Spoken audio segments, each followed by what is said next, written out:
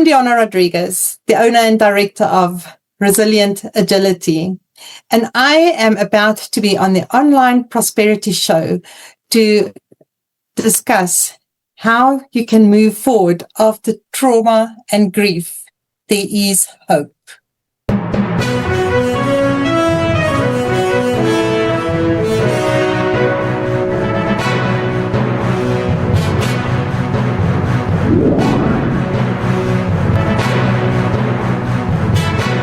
Now, ladies and gentlemen, welcome to yet another exciting episode of the Online Prosperity Show, the number one place to uncover exclusive insights from leaders, creators, and change makers who help you turn challenges into growth. I'm your host, Prosper Taruvinga, and if you've ever faced trauma, burnout, or loss, and maybe wondered how to bounce back a little bit stronger, well, you're in the right place today. Today, we're joined by none other than Diana Rodrigues, author, speaker, and founder of Resilient Agility. Now, Diana, welcome to the show.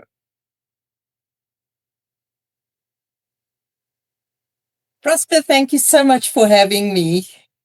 Absolutely. The pleasure is all mine. For those that are meeting Diana for the very first time, we're going to be throwing burning rocks at you that we would have used from all the firewalks that she has been on. Now, Diana is on a mission to help people move beyond simple survival into what she calls resilient agility. So that's the power to adapt, recover, and thrive through whatever change you might be facing. Now, Diana's story is not for the faint of heart. I've already started threatening you with walking on fire, but imagine having to walk barefoot on fire, not once, not twice, but 273 times and still smiling.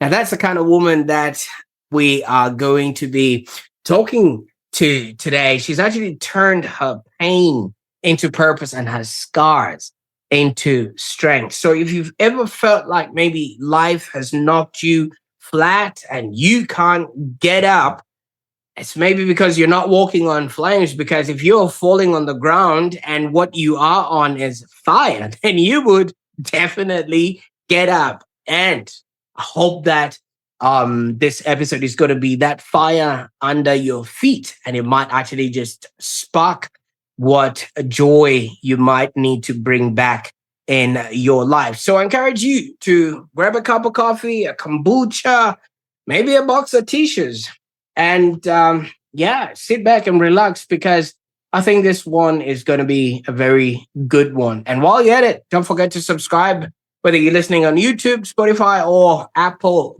Podcasts, because this episode is going to be fire. All right. Now, Diana, I could go on and talk about things I'm not even qualified to talk about. And maybe you can tell us a little bit about your journey, because when we were talking, you said you left a job that paid the bills but still drained your soul. Can you maybe take us to that point? What were you doing and what was expected of you in the world? Prosper, yes, I used to be a tax compliance officer for so many years, and I just did not see myself moving forward. I was just doing it because it paid the bills at the end of the month. And during lockdown, there was just one day where I decided, this is it. I am no longer doing this. And I resigned. I walked out and I decided I need to fulfill my purpose. And many, many years ago, while I was in corporate, there were so many people that came to me and spoke to me counseling, because I needed to know how to deal with these people. And that's basically where my journey started, because people saw in me something that I did not even see in myself. And that's where it all started, with the counseling. And then eventually I did NLP life coaching. I've done so many healing modalities. And I am a student of mind power as well, because it resonates so strongly with me, because the mind is what we need to work on. We tend to work on everything else and we forget about the mind. But mindset is so, so important to help us move forward. Absolutely. And thank you so much for starting us off at that note. Now, Diana, was tax compliance something that you wanted to be as a young girl? Because a lot of girls want to be a princess or a nurse or maybe a teacher or something like that. But tax compliance, where did that come from?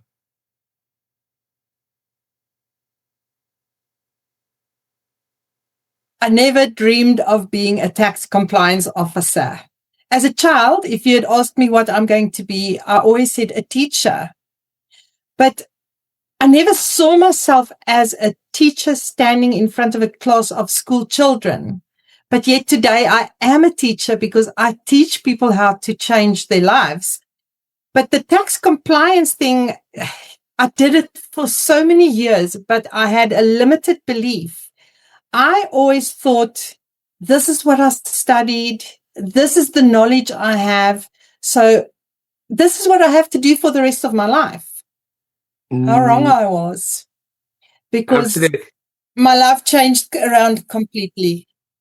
Right. Now, many people feel trapped in similar jobs. What would you say to somebody who's maybe watching this right now and they're afraid to take a leap because maybe judgment or financial fear, or they just are afraid, like you say, this is what I've studied, I don't know anything else? Prosper, I had so much judgment because of the decisions I made.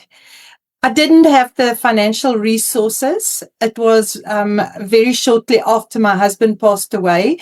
So I didn't have that second income any longer. But I just decided, you know what? It's now or never. I am here to please myself at the end of the day, and not to live a life according to the wills and wishes of those around me. At the end of the day, we have to look after ourselves. And if we can't look after ourselves and we just do things because we want to make everybody else happy, we are denying ourselves the right and the abilities to do what speaks to our hearts. And thank you so much for shedding light on that, because so many people, we are culturally conditioned to make other people feel better or safe or okay when we're around, yet we are depleted and we're actually pouring from empty cups.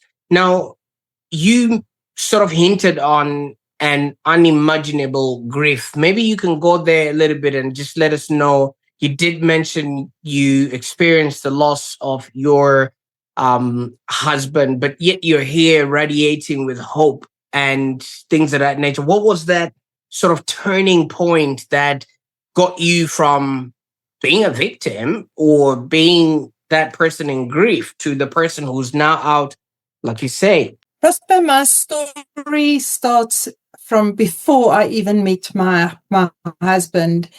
I was married for a very short time when I was very young. I was married for 10 months, and then I caught my husband with another woman. Then I got divorced. And then, being young and feeling very insecure, I had to prove to the world that I can actually have a man in my life as well. So I got myself into a relationship with a man that was very nice to me in the beginning, but he turned out to be a complete narcissist.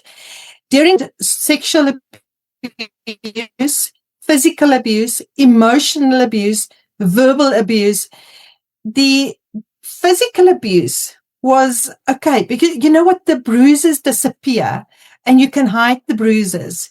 The emotional abuse is the nasty one, because that one gets stuck in your mind and you don't believe in yourself any longer. You lose your self-confidence completely. But every day I would wake up and walk out with a smile and tell everybody how happy I am and life is good.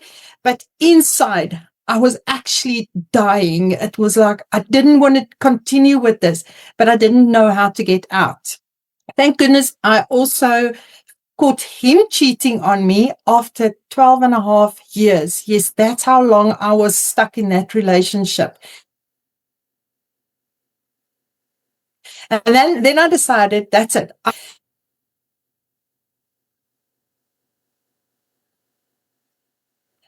Well, the universe had a different plan for me.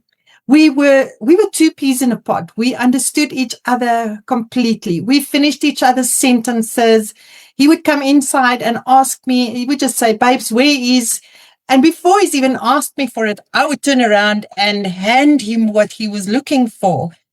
That was the connection we had.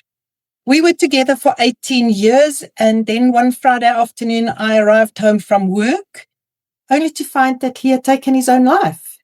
He's the depression from me so well. I never even noticed that there was depression. There were times that he seemed down, but I never thought that his depression was so deep that he would actually take his own life. So after he has taken his own life, I mean, this is the man I was going to grow old with. And all of a sudden, he's no longer here. I had two choices. I could go sit in a corner and really feel sorry for myself for the rest of my life, or I could pick up the pieces and make the rest of my life the best of my life. And I chose the latter. Do I miss him? Absolutely, yes. It still hurts. On this coming Saturday will be 6 years since he's passed away. But he's still a part of my life. It hurts. At the same time, I also know I would not have been on this journey had I not gone through everything that I have been through. So, yes, it's all about the choices we make in life. We can go sit and say, well, you know what? He's no longer here. This is the end of my life now as well. Oh, and I had the abuse. So let me just be a victim and feel sorry for myself. And everybody can just say, oh, shame. No. I can't do that. I am here to show people, you know what? No matter what you have been through, you can get through it. You can deal with it. And that is what I teach people now. You have it within you to move forward after trauma and grief. And Deanna, thank you so much for, walking us through that. That alone would set any person to an early grave themselves. Not a lot of people will be able to handle or deal with that. 10 months and you find them with another person, 12 years, you find them with another person. And then when you finally get with someone that you feel like, I'm going to leave with this person, they're literally depressed and can't move any further with their lives. Now, has any of this made you start thinking, maybe it could be me, or maybe what, because a lot of people will be asking themselves this sort of question, why me? Why is all of this happening? But you said in the end of that statement, I had to go through my go-throughs so that I could have, a platform to stand on. Growth is not easy. If there was a little tablet that you could take and say, oh, this is my growth tablet, it would have made life so much easier. But growth is not easy. It's challenging. And without the challenges in our lives, we don't grow. So many people live a life of existence. It's the same routine every day. Every weekend, they do the same things over and over again. and they feel trapped and stuck and don't know how to get off this wheel because it just goes round and round and round. But you are actually in control of that handbrake on that wheel, and you can say, no more. And now I'm walking away from this wheel. And that could be in your job, in an abusive relationship, no matter what it is that is holding you back from allowing yourself to be free. You are in control. It's your choice to make. And it's not about should I, shouldn't I? It's about when you make that choice. I like that, because life will happen regardless, but it's our interpretation of it and how we decide to, take that on. So from all of this that was just happening, you now have lost this source of income and COVID hits, you're by yourself and the world is isolating. Walk us through what was happening during that time. I think that was the most difficult time since, obviously losing my husband was a very difficult time as well. But then it's all of a sudden it's COVID.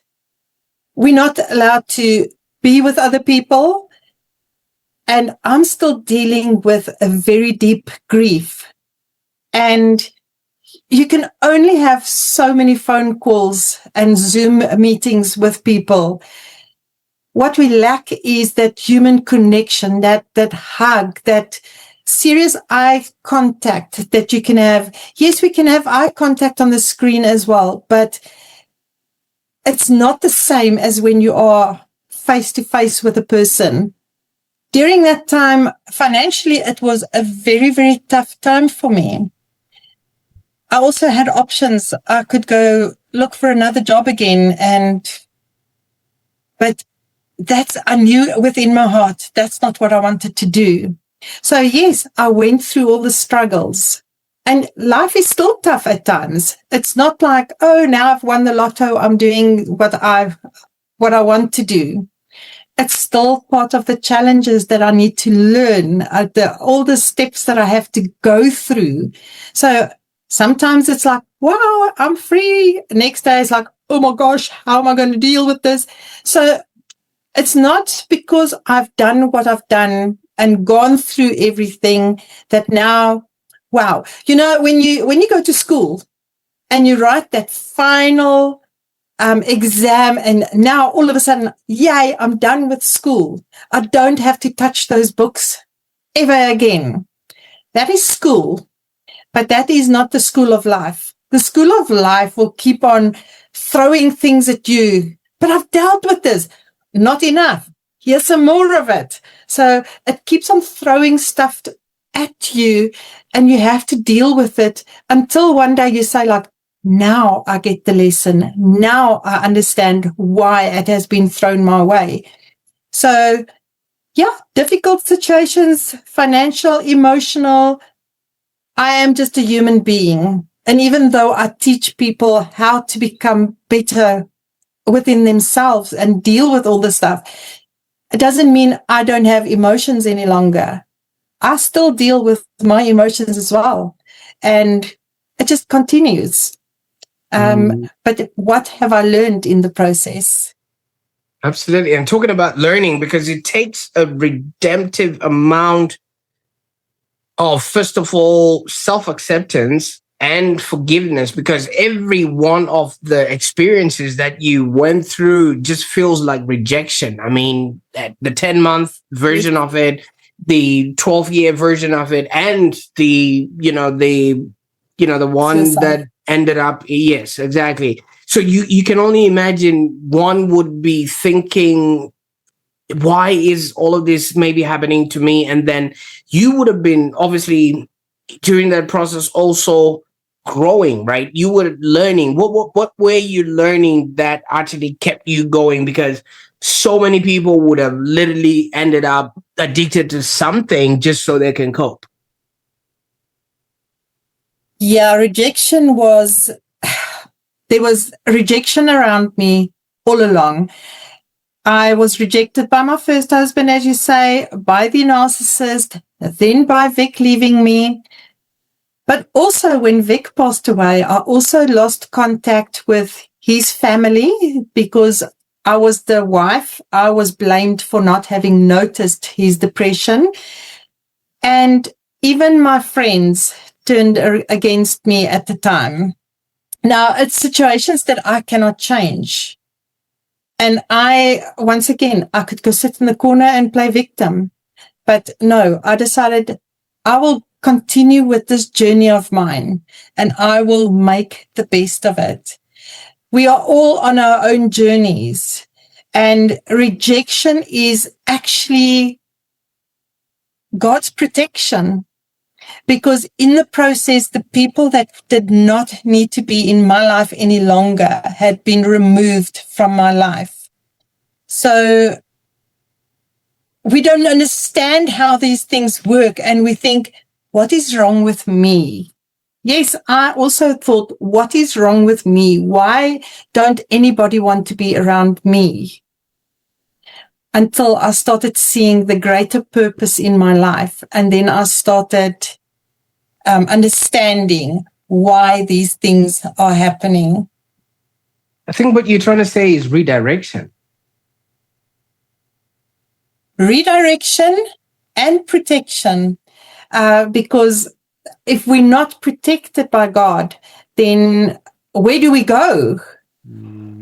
We keep on sitting in a situation where we allow others to bully us, and that's not necessary. We are in control of our own lives. So yeah, that's why I say protection. But I'm not happy with where this goes, because you ended up trying to burn your feet. I don't know what was happening there with all those fireworks. No, not trying to burn my feet at all. So in firewalking, we actually don't even use the B word. We call it kisses. We say the fire loves you. So if you do get a little kiss from the fire, it's a message from the fire. So it can be a warning sign, or it can be some healing. So if you understand reflexology, if you look at the reflexology chart and you look at where you got your little kiss on your foot, that is what the fire is saying to you. Have a look at this point of your body. And if you say, but there's nothing wrong with that point in my body, then it's like, be aware, because there might be something that's coming up. And the fire is actually so spot on. But also, there are times when you get a kiss, because when you walk the fire, your mind might not be in the right place. We work with the mind before we get people to walk over the fire as well. We prepare them mentally for what they're about to do. But some people are just like, oh, well, I'm not going to do this. I'll just go walk. And then they're like, but why? Because your intention that you set to walk that fire was not set correctly. So yeah, I fell in love with firewalking. After the first time, I knew this was something that I wanted to do. And I will travel about 60 kilometers to go do a firewalk if I have to. So yes, that's the extent that I go to. Some people are addicted to alcohol or drugs or whatever. I'm addicted to firewalks, because the firewalking reminds me, if I can walk on fire, I can do anything. So whatever I set my mind to, it is possible to do it. And that is what the firewalking is about. It's also reminders. For some people, once they've walked the fire once, they like, I've done it. Like me, that says like, I just cannot get enough of it. So I do it as often and whenever I can do it. So yeah. Fantastic. Well, tell us about the first experience. I mean, obviously you've been going through all of this, and all of a sudden you rock up to a place where people are doing maybe something that you've never really seen, and somebody who's a tax compliant, mindset, you're probably thinking to yourself, this is probably going to cost somebody insurance or whatever it is. I don't know. Tell us what was going on in your mind the first time, and how did you get there in the first place? So I was actually still in tax compliance at the time when I did my first fire walk. When I first saw Kobus Visser on stage, I was in the audience. It was a huge event. There were about 3,500 people in the room. And I sat right in front because I want to hear first.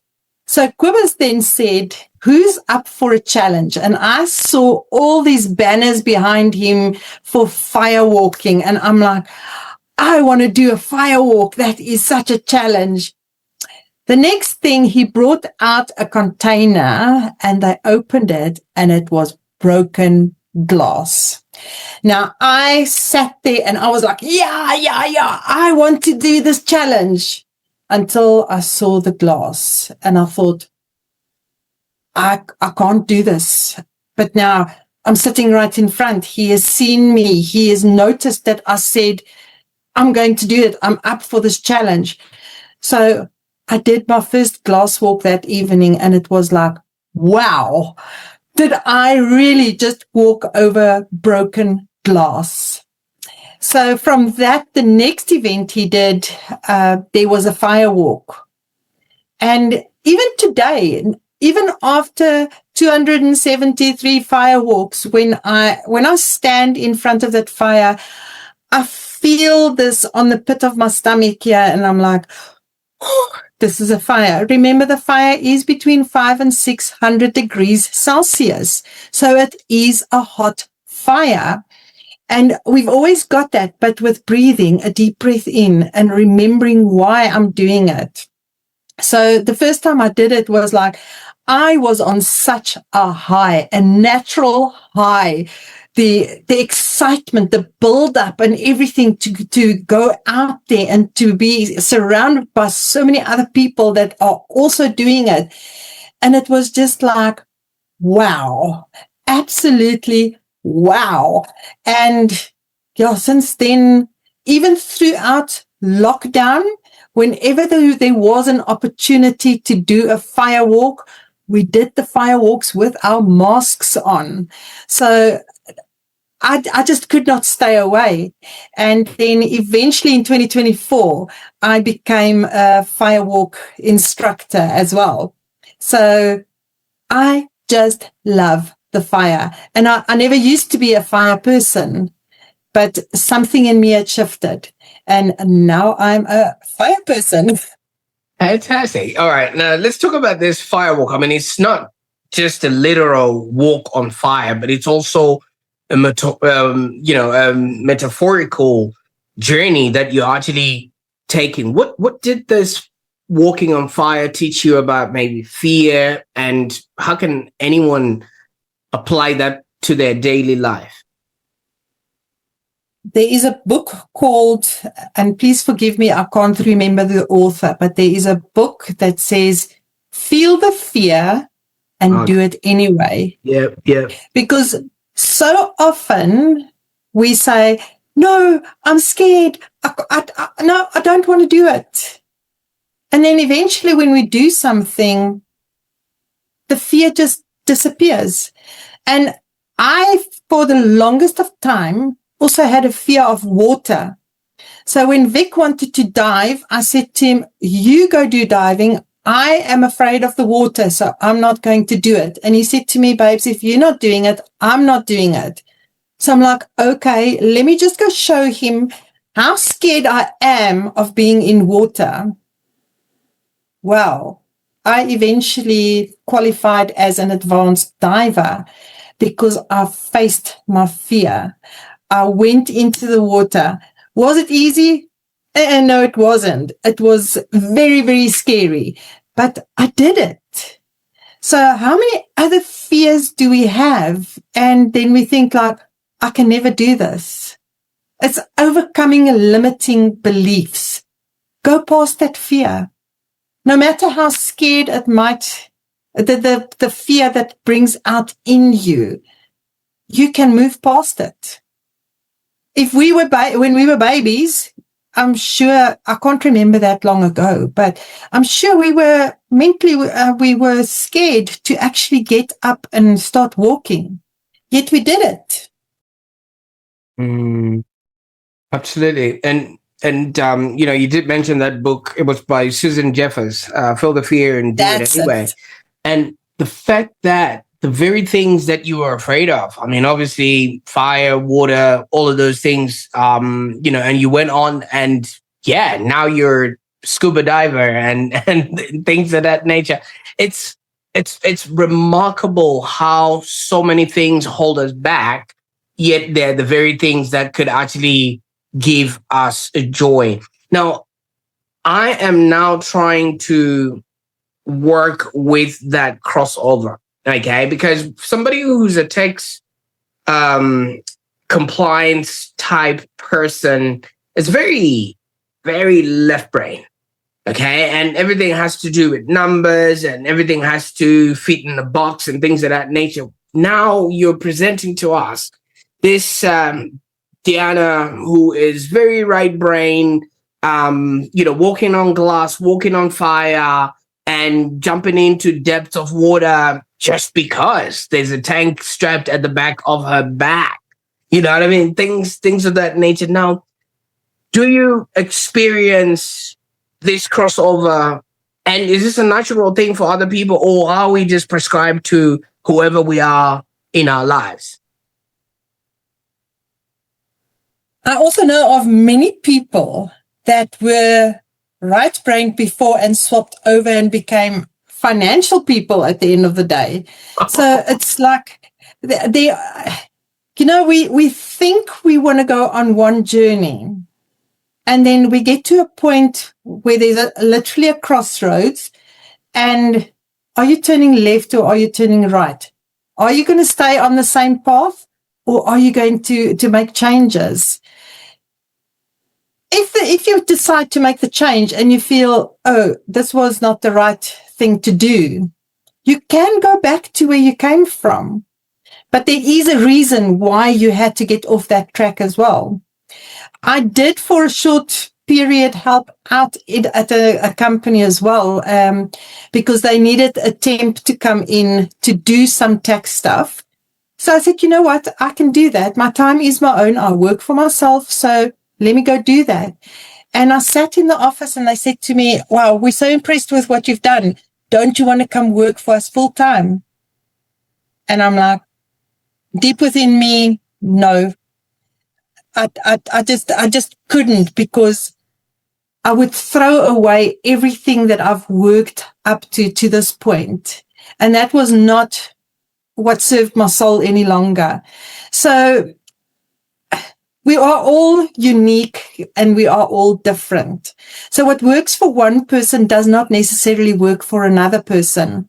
But sometimes we need to get out of our comfort zones to also be able to find what it is that we really want to do. Just as an example, I've just finished with one of my coaching clients, and she is a financial person and always worked in corporate, because that is the belief. You have to work in corporate because that's the only way. And after she has gone through my program, her mind is already thinking differently. She's staying in finance, but will she go back to corporate? Most probably not.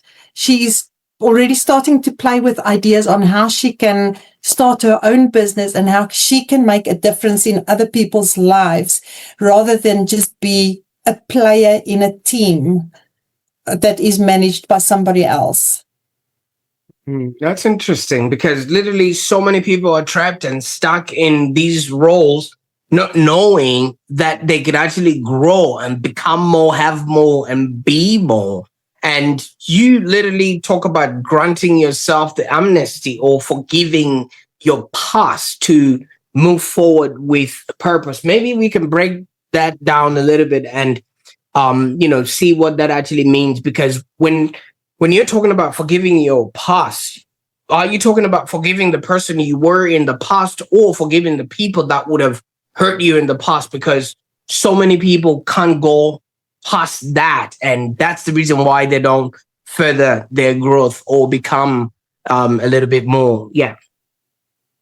So my journey with forgiveness really started when Vic died. His last words to me were, "Please forgive me." And that night I sat next to his body and I said to him, "I forgive you." But that was not the end of forgiveness. If you remember when we were children, if you had a fight with your brother or your sister, your mother will come in and say, "Stop fighting." But it was him. No, it was her. So it's like, and your mother will say, "I'm sorry." So all you do is like, "Sorry." Just like, I'm saying sorry just to please my mother. But forgiveness actually goes so much deeper. How often do we say, "I will never forgive that person for what they've done to me"? But who is drinking that poison? I am drinking the poison if I'm not forgiving. So by forgiving other people, and you don't have to say it to your face or to their face, you can just know within your heart that you are forgiving them for acting the way they did. And the most important person that you have to forgive is yourself, because how hard are we on ourselves? And we expect ourselves to be perfect. But what is perfect? The moment you reach a level, you think like, "Oh no, that's not perfect yet," and you want to go higher. But so you're never going to reach that perfect state. And the mistakes that you've made, the choices that you've made in the past, forgive yourself for it, because that was part of your journey. Without forgiveness, we cannot move forward either, because we're holding on to, if I can call it, a backpack filled with all these heavy bricks of non-forgiveness. But as you start forgiving, this backpack just becomes lighter and lighter, and your whole posture actually changes, because you don't have that weight on your shoulders any longer. Right. You see, when you're talking about things like that, I'll just think over the weekend, I was flying to Brisbane, which is, in another state. And there's this airline and it's called Jetstar. They allow you 7 kilos to travel with, carry-on luggage. But if you exceed by a milligram or by a kilogram, you literally would pay for the rest of the flight, all the other seats that are in there. And that gets me to conclude that traveling heavy is very expensive. And a lot of people are paying a tax that they're not supposed to be paying. Now, you have physically, and I'm not sure if we can go there, but allow me. Yeah. You physically shed off 27 kilos just by letting go of negative energy, and you didn't do this without any dieting or exercise. And that's very powerful in and of itself. I mean, that 27 kilos was just staying rent-free, and you had to work in order for you to schlep it around and carry it through. Now, how does that mindset literally transform the body and who you become as a person? My belief is that to protect ourselves from other people, we built this layer around ourselves. And if you look at women, which is their most vulnerable sections of their body? And it's usually the lower half of their body, and that's where the weight sits. So I have not dieted. I still eat sweets. I still drink Coke. I still eat chips. So yes, I know it's not healthy, but I haven't changed my eating habits. And all of a sudden, when I started working with forgiveness, it's letting go. my backpack. My body was my backpack filled with all these bricks, and it just fell off.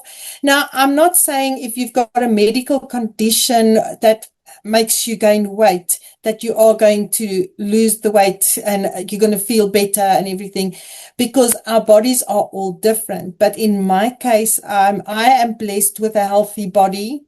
I do not take any medication. I'm supposed to be on chronic medication, but I control what my body needs, with my mind, with my thinking, and my doctors have approved of that. So, but yeah, the weight just started dropping off and dropping off and dropping off, and it's like people were saying to me, "Are you okay? Are you sick? Why are you losing so much weight?" But I've never felt better. I was free. I did not need that protection layer around me any longer. So yeah, when I let go of negative energies and negative thoughts and everything, it just started dropping. And it's been about 4 years now that my weight has been stable. So, and like I say, I still eat completely wrong. I don't exercise as much as I should or can. But yeah, that's just, for me, it's all the mind. And congratulations, because once you Thank you. conquer that aspect of your life, then you can literally feel free to enjoy it. Because the reason why so many people don't enjoy is because of all the restrictions they then put on themselves. Because if they don't, like you say, the it's easier on the lips, but it always explains itself, in the rock. Yes, but I think I know something you just said as well. It's nice on the lips, but there is a saying that goes like, "A moment on the lips, a lifetime on the hips." But that's an affirmation. So if you think about it, every time you put something in your mouth and you think like, "Oh, this is going to make me gain weight." So what does your body hear? Okay, let's gain weight. Let's gain weight. So we also have to be careful what we're saying to ourselves there, pretty much. Yes. But I think, Deanna, I think I've just discovered what your your weight loss strategy is, and how you, because you literally burn the calories through the firewalk, right? So when I wouldn't say that. and obviously those that are watching right now, that is not a prescribed way for you to No. shit up.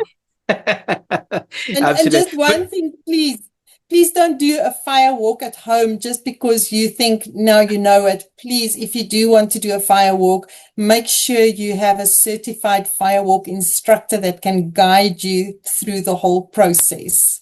Absolutely. And we want to make sure that that is a safety precaution that people should adhere to. But I mean, jokes aside, with all that you're saying, it does obviously revert back to what we all hear a lot of people saying, "Oh, I'm fine, everything is okay," you know what I mean? Because society already expects that sort of response, like it's an automatic response. "How are you going, Deanna, today?" "Doing all right, I'm fine," you know what I mean? But then I think that's, even if people have gone through trauma, they just hide behind that "I'm fine," and now they have to stand by that, because they can't then, after a few minutes, show that no, they're actually cracking from within. So with the work that you now do, how do you sort of gently help people, or maybe your clients, move from that, normal response to actually dealing with what's going on? Because like you said, if you don't face it, or if you don't name it, you can't tame it. When I started my journey after Vic's passing, I didn't know where to find help.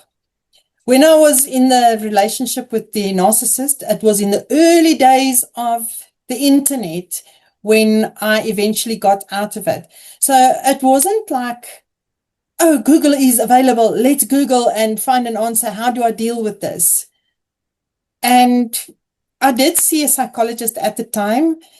And every week I would go and speak and speak and speak. And then I met Vic after a couple of months, and the psychologist said to me, there's nothing more I can do for you. So I'm like, okay, cool. I'm happy now. I've got somebody new in my life now. So obviously the psychologist thinks I'm healed, but I wasn't, because I did not dig deep enough. Because what we do as well is when people ask us questions like exactly what you say, how are you today? I'm fine. But do we dig deep enough? And not everybody wants to hear about that it's okay. If you go to the shops and somebody says, how are you doing? And you say, I'm fine. It's okay, because they don't want to listen to your story. But when a friend or a close family member says to you, how are you? And you say, I'm fine, and you hide it, they're never going to know what the baggage is that you're carrying. And that's what I did for such a long time. So after Vic died, I started doing research for myself. I had to deal with change in my life, because all of a sudden, now I'm a single person. I'm no longer a married woman. My life changed. I've got a single income. I don't have two incomes any longer. How do we deal with change? And change happens to us on a daily basis. Just look at the weather. How often does the weather change? And some days we smile, some days we complain about the weather. Vic asked me to forgive him. So I started looking into forgiveness. But what is very important, and what most adults forget, is the play part in our life, because we forget to have fun. Children are always laughing. They are having so much fun. They're running around, and they allow their inner child to be active. But then we become adults, and now we're serious people, so we have fun as well. So when was the right time for me to have fun again? And how do I have fun? What is fun to me? And then at the last part was the appreciation part. I realized, how much do I really have to be grateful for in my life? Things that we never think of. How often have you said thank you for a little switch that you press to switch on your light in your room? We take it for granted. So there are so many little things that it just goes past us completely. We only think about the big things that happen in our lives that we have to be grateful for, but it goes so much deeper. So yeah, so I put all of these together, and that was what I used to start my healing journey. I have joined groups for people that are grieving, but I didn't get from them what I needed. So through my research, my own personal research, and this model that I created, that is where my healing journey really, really started, because that's where my freedom came from.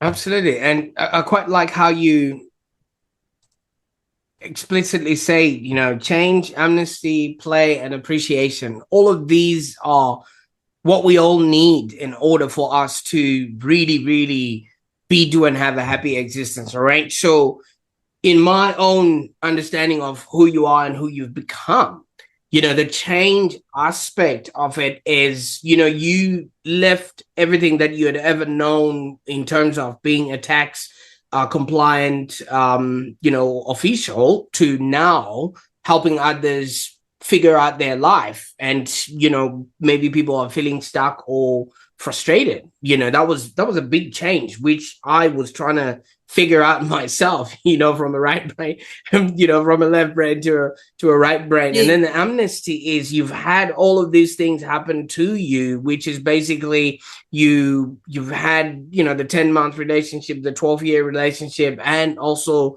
the Vic saga. And you all managed to still forgive Vic on his deathbed and everything else that happened to you in the past right there. And the play, we could literally put it at you running 273 times on burning coals, glass, whatever comes your way. You know what I mean? That to me is a lot of play in action, and just the appreciation of knowing that these two shall pass, and you've managed to actually do it. And now you're sharing this story. Absolutely. Because it was literally given to you.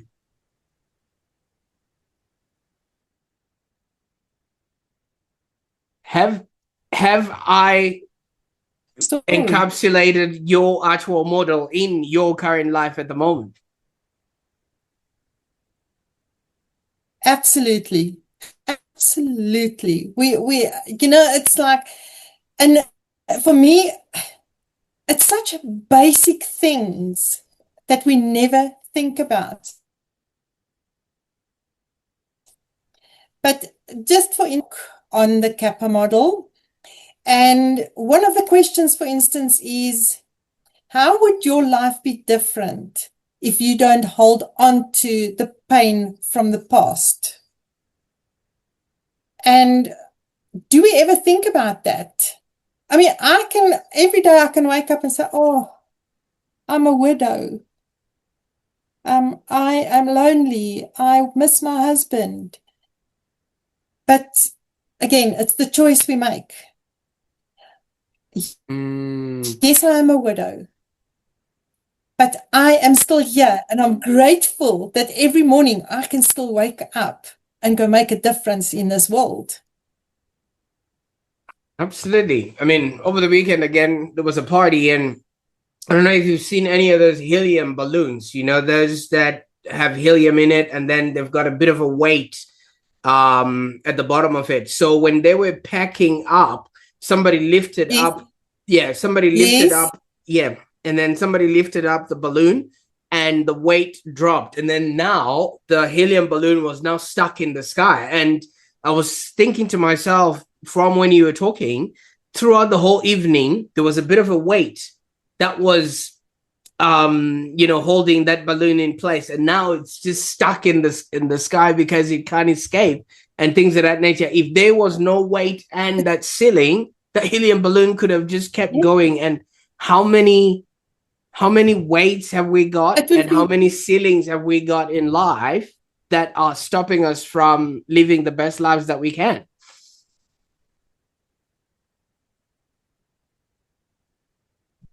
Correct. And many of those limiting beliefs that we've got is other people's beliefs. Because if you go home today and you say to your wife or a friend or somebody, I've just heard about firewalking today and I'm going to find out where I can do a firewalk, they'll tell you you're insane. You can't do that. And then you start doubting and you think like, can I do it? Can't I do it? What if they're right? So, and that's how we go through life. We buy into other people's beliefs, and we don't set ourselves. We're not that helium balloon that disconnects from the weight and allows ourselves to go higher.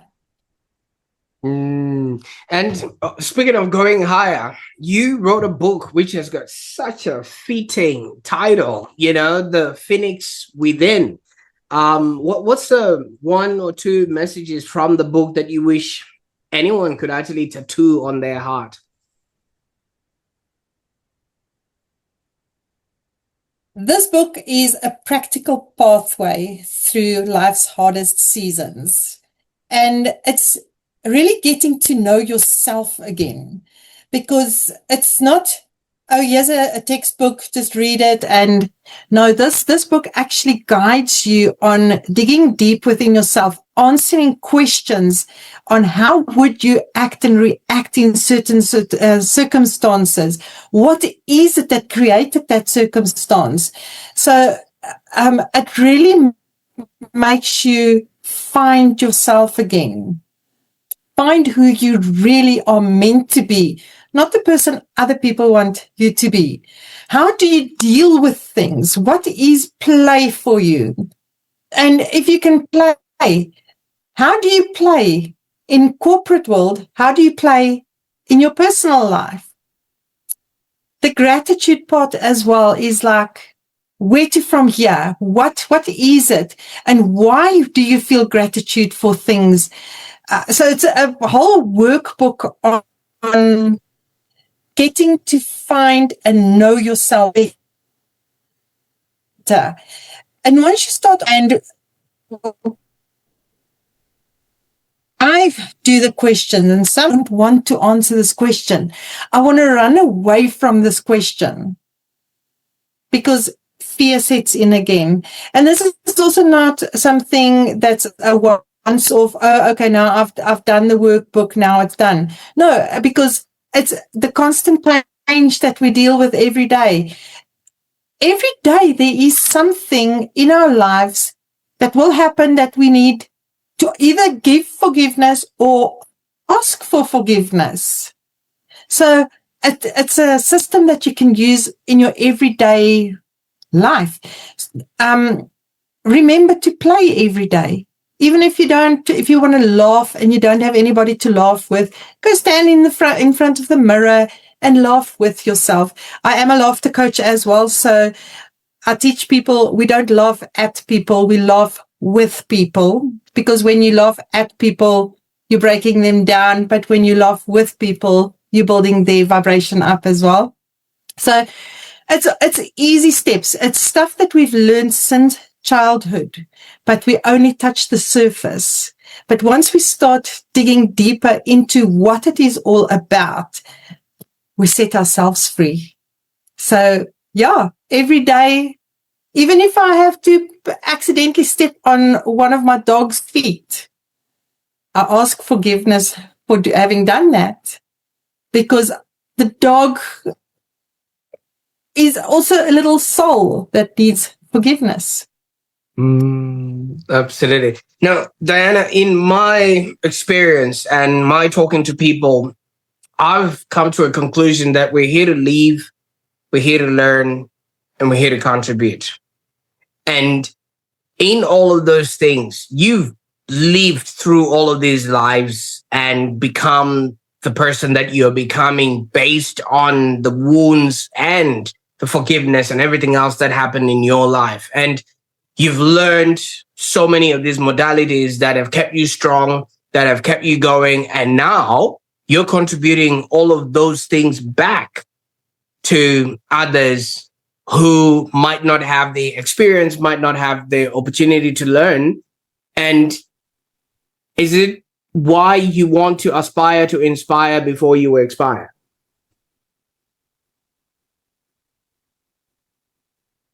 Aspire to inspire before we expire. That is something that this time, and it just like resonated with me. But I was in corporate, so you know what? And it was just something that I liked, and now it's become clear why that saying was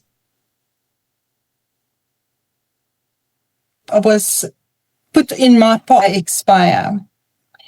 And if I can't inspire other people, at least I can inspire myself. But we don't think about that either. And I'm here to make a difference and help other people make a difference. So why not aspire to inspire before I expire?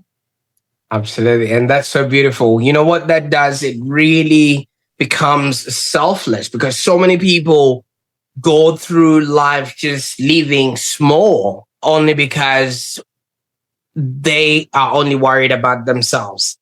You know, I read somewhere that the smallest person in the world is small because they've got themselves wrapped around themselves. But if you wrap yourself around the world, you want to inspire other people to want more, be more, and have more, you will have so much joy in your life. But Diana, you've inspired us today. You've brought us into your world, and you have literally shown us what it takes to be doing have a happy existence. No matter where you're coming from, you're feeling stuck, unfulfilled, or frustrated, or you're longing for clarity or for purpose, or maybe people are navigating midlife transitions, death, whatever it is, grief, all of those things. It seems like you've got a chapter somewhere in your life where you'll be like, oh, okay, you broke a nail. Let me show you what happened to me.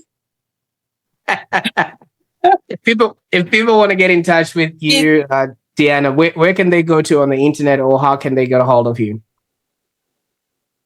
They can reach out to me via my website, which is www.dianarodrigues.co.za. It's DIANARODRIGUES.co.za. And yeah, just pop me a message there, set up a meeting with me, and let's chat and see how I can help you move forward too. Absolutely. And definitely, I'll make sure that all those links are in the show notes. And then people can actually sort of get a hold of you. But Diana, you presented to us when we started a woman who felt small, bullied at work, was broken, abused, everything else you could think of under the sun. If that woman shows up in your inbox tomorrow and says, where can I start? What would you tell her, knowing what you know now about life? If I can do it, so can you. And I'm going to be here to hold your hand on this journey and help you to also become a stronger person. I didn't have anybody to hold my hand. I had to hold my own hand. But you are blessed because you've got me to hold your hand. Oh, that is beautiful. That is beautiful.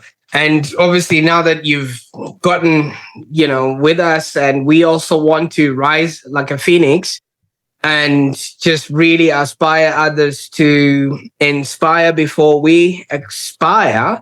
What's next in your world? What can we be excited about that you're working on that we can celebrate with you along the journey? Well, my first book, it was actually only last week that I put my book out there. I have not even had a launch party yet for my book. My book is now available in South Africa. I'm busy with Amazon to put it on Amazon so it can also go globally. And yes, then I'm busy writing my second book as well, where I am actually, that's not a workbook, that is my story of abuse and how I dealt with it. And what does research say about when you are in situations like that? So it is my story, but it adds research to it. So people need to understand that. I always wondered, what are people going to think about me when they know that this is what my life is like? But people need to understand that they're not the only person.